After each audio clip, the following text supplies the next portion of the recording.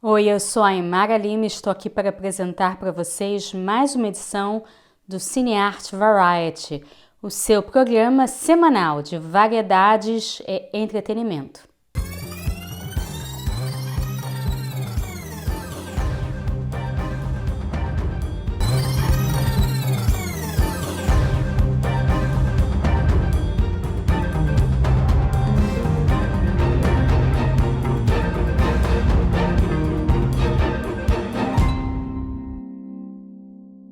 Hoje vocês vão assistir um bate-papo muito interessante que eu tive com o diretor americano Kyle Michaels.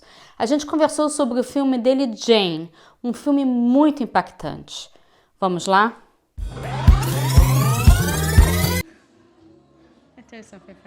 Okay. Gente, eu tô aqui com Kyle Michaels. Ele é o diretor de Jane.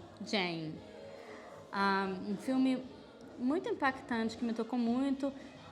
Eu não vou falar ainda. Sempre faço esse drama, né? Que é o que ele fala.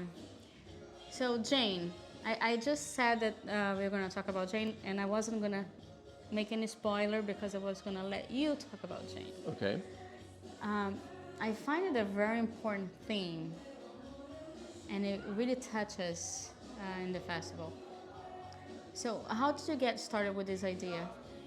Well, I'm in a 12-step program myself, and a lot of those stories that she was going through was things that I've gone through when I hit my bottom.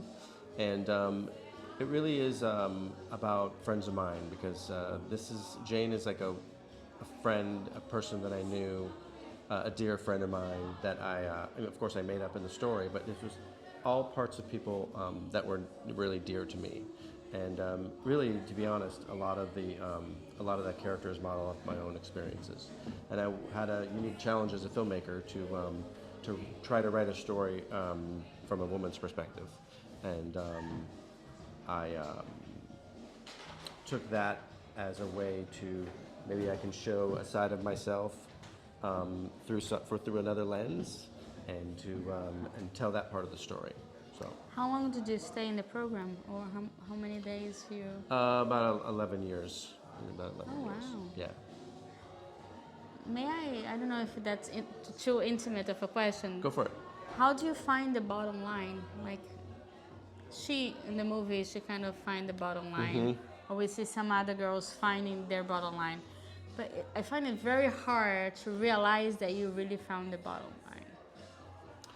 I couldn't tell you why it happened. I can just tell you when it happened. I woke up one morning and I was like, I don't want to die. Like I was afraid of dying from my drinking. And I couldn't tell you why because in the years before I had almost died in like drunk driving accidents or lots of accidents drinking. And I never was afraid for my life up until this one morning I woke up. And that's the first thing I told myself. And I've been, clean ever since. So it was, it just hit me. So that's how it worked with me. Yeah, no, I was lucky because it's not an easy thing to do. So if you're feeling desperate, if you feel like your life is on the line, you'll do whatever it takes. And it's hard. It's not easy, but it's. No, I imagine it's very hard. Mm-hmm. Yeah. I imagine it's very hard. So that's why I thought that would be an interesting story to tell. Also, you don't think of a young, attractive woman as having a problem with alcohol. It's just not what most people think of.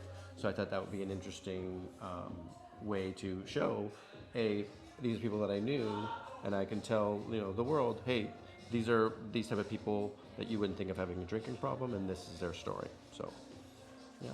Yeah. It's touchy. Mm-hmm. And I think with the short, you can have a lot more liberties than you can do with the feature. You can take a lot more creativity telling the story. I used voiceover a lot to cut in and out of the meetings. It's a little jarring if you're doing it an hour and a half, but in 10 minutes, I wanted to try to make it as powerful as I could. That was my goal. I just wanted one very powerful moment for the audience. And if I can do that, which I feel like I did effectively at the end when you hear her story, then I have you. That's what I try to do. I want to just grab the audience, and I want to shake you and say, this is what I want you to know. This is what I want you to feel. If I can get you to feel something, then I would do my job. And I think Jane did that really well. Yeah, it did. how was the casting? How did you, because also to find the right person for the part might not be easy. It was really hard. Casting took me like 3 months, and I casted here in LA, and there's so many talented actors in LA. They did the role amazingly. So for me, I was like under a lot of pressure as a filmmaker, as you always are. But I mean, this was very performance driven. If you can't do this role, if I can't find the right actress, I'm not going to shoot it. She has to be good, because if you're going to watch this story, it's very dramatic, and they're not talented, they don't embody the role, no one's going to watch it, or no one's going to be engaged. So I did cast some people. I did have some few auditions, and they did really amazing, but I was very adamant about the character. I wanted them to pull the performance off, but I wanted to be like a young, hip, artistic, creative type, like the girl that everybody loves at the party, right? Like that kind of person that I wanted Jane to be. And I found that in Savannah. And she came into the audition, and it took her for a while to get into the character. Some actors can just turn it on, but it took her some minutes. And I just sort of sat there, and then when she did the audition, like she was gone. Like she embodied this role completely. And I literally was like, felt like it was in a therapy session. Like, okay, can you come back now?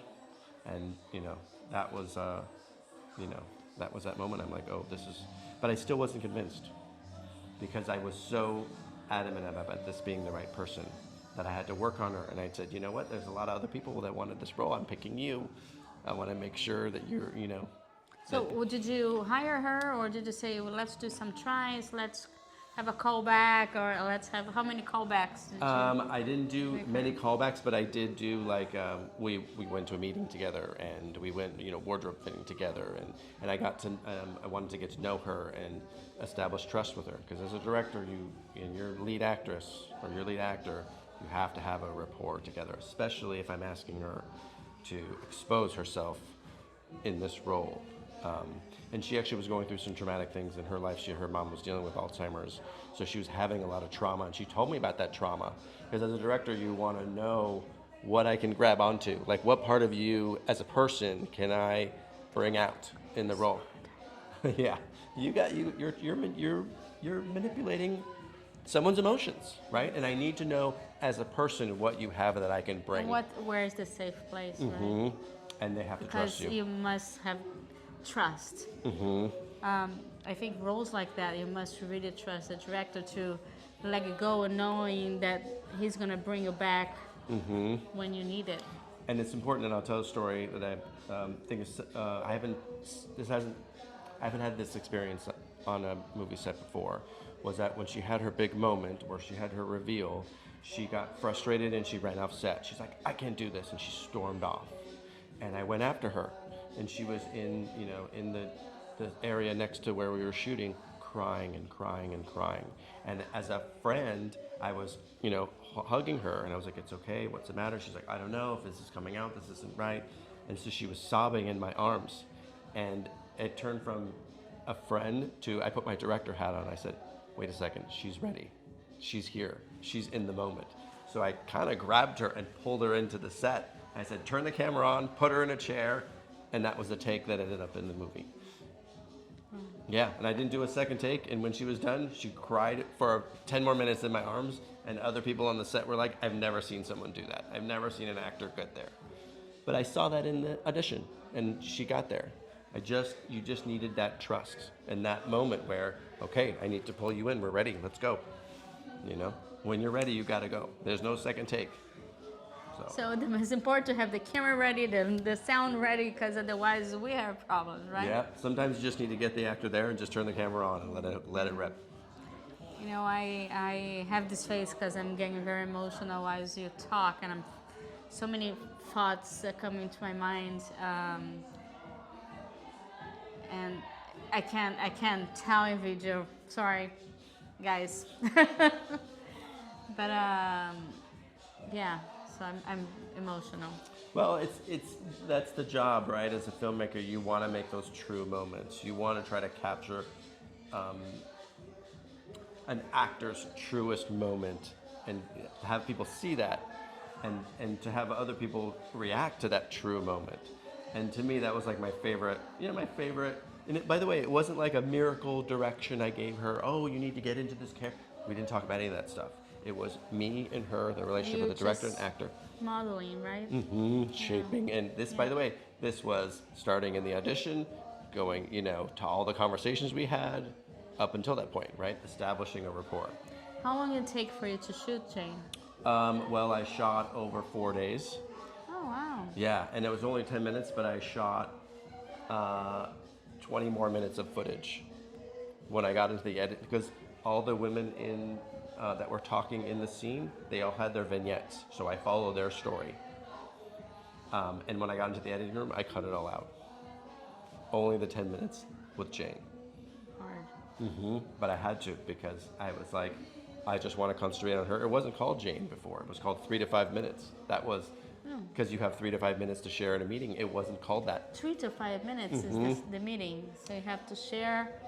You have to share how you've been doing. Yeah, like, you have a limited amount of time. Every day, or you go however many times you go. But yeah, that was the original title. But when I got into the editing room, I was like, you know what? Take all the vignettes out, cut them out. And it was a great idea when you do like Jane and you start putting the other names, because that should be a universal story and that should help many other women or people in general, right? That was improv. I made that up because I wrote it 10 minutes longer, and I had to make a movie in the editing room. I didn't have an ending, so when I was driving in my car in LA, I was thinking about how I'm going to end the movie, and I thought about these names, like the Vietnam War Memorial, like all the names over a black stone, all the fallen soldiers. I thought that, and I cried instantly, and I was like, that's the ending. And so I'm just going to put all these names up there and have them come up with the music.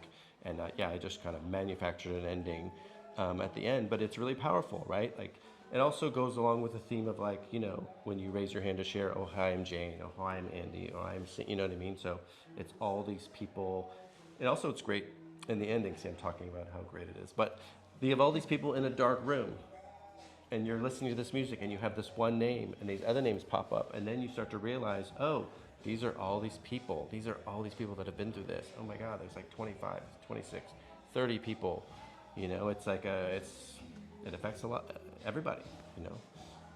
Anyways, it was a great, No, it was just a great journey, and I feel like that's the beauty of film, is that, like, you have this idea of what you're going to go into. You need to be prepared, but then the things that come up in the fly or up in the moment, that's what we live to find. That's what we want to find and to capture and to put together, is those spontaneous moments, whether it's an acting performance or, hey, I need to, in the editing room, we need to make this ending, we need to make this work.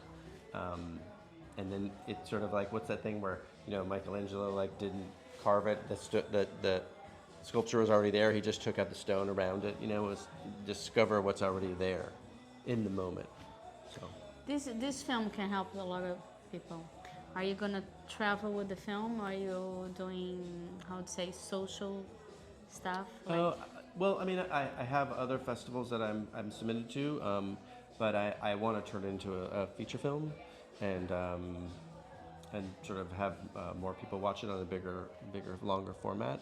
But I want to do it, instead of dramatic, I want to turn it into a comedy, because I feel like if someone tells you, hey, you should do this and I want you to do that, you're not going to listen as much as if they do it in like a clever way or a funny way, make you laugh. And a lot of times in recovery, there's a lot of laughter, there's a lot of familiarity. Oh, I've been there too. When someone says something, other people might think it's messed up or wrong, but if you've been through the same thing, you kind of laugh about it. So it's two women's journey on getting sober and getting through sobriety. So that's what I want to do. Good luck. Thank you so much. I wish you good luck. How can people watch Jane? I think once I do my festival run, I'm going to put it online, so you can look for Jane the movie on Instagram. It'll be there. But I think he's going to do a lot of festivals, so you're going to have to wait a little bit. Meanwhile, you guys can watch the trailer.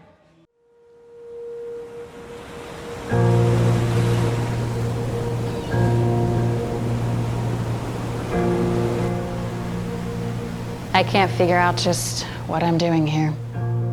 Every fabric of my being wants to run headfirst into those doors and get the hell out of here.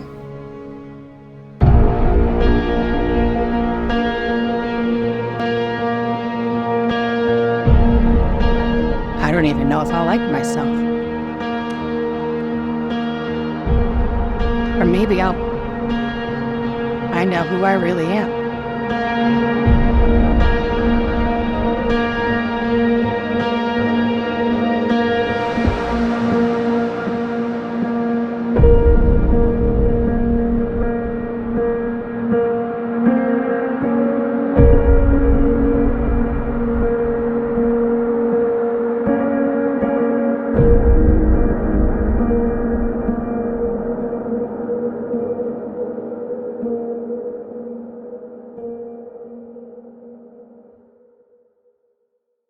Então, thank you. Thank you. Thank you very much. Gostaram? Nós também. Então vocês já sabem, próxima semana, Cine Arte Variety comigo, Aymara Limma, aqui no VRT Channel.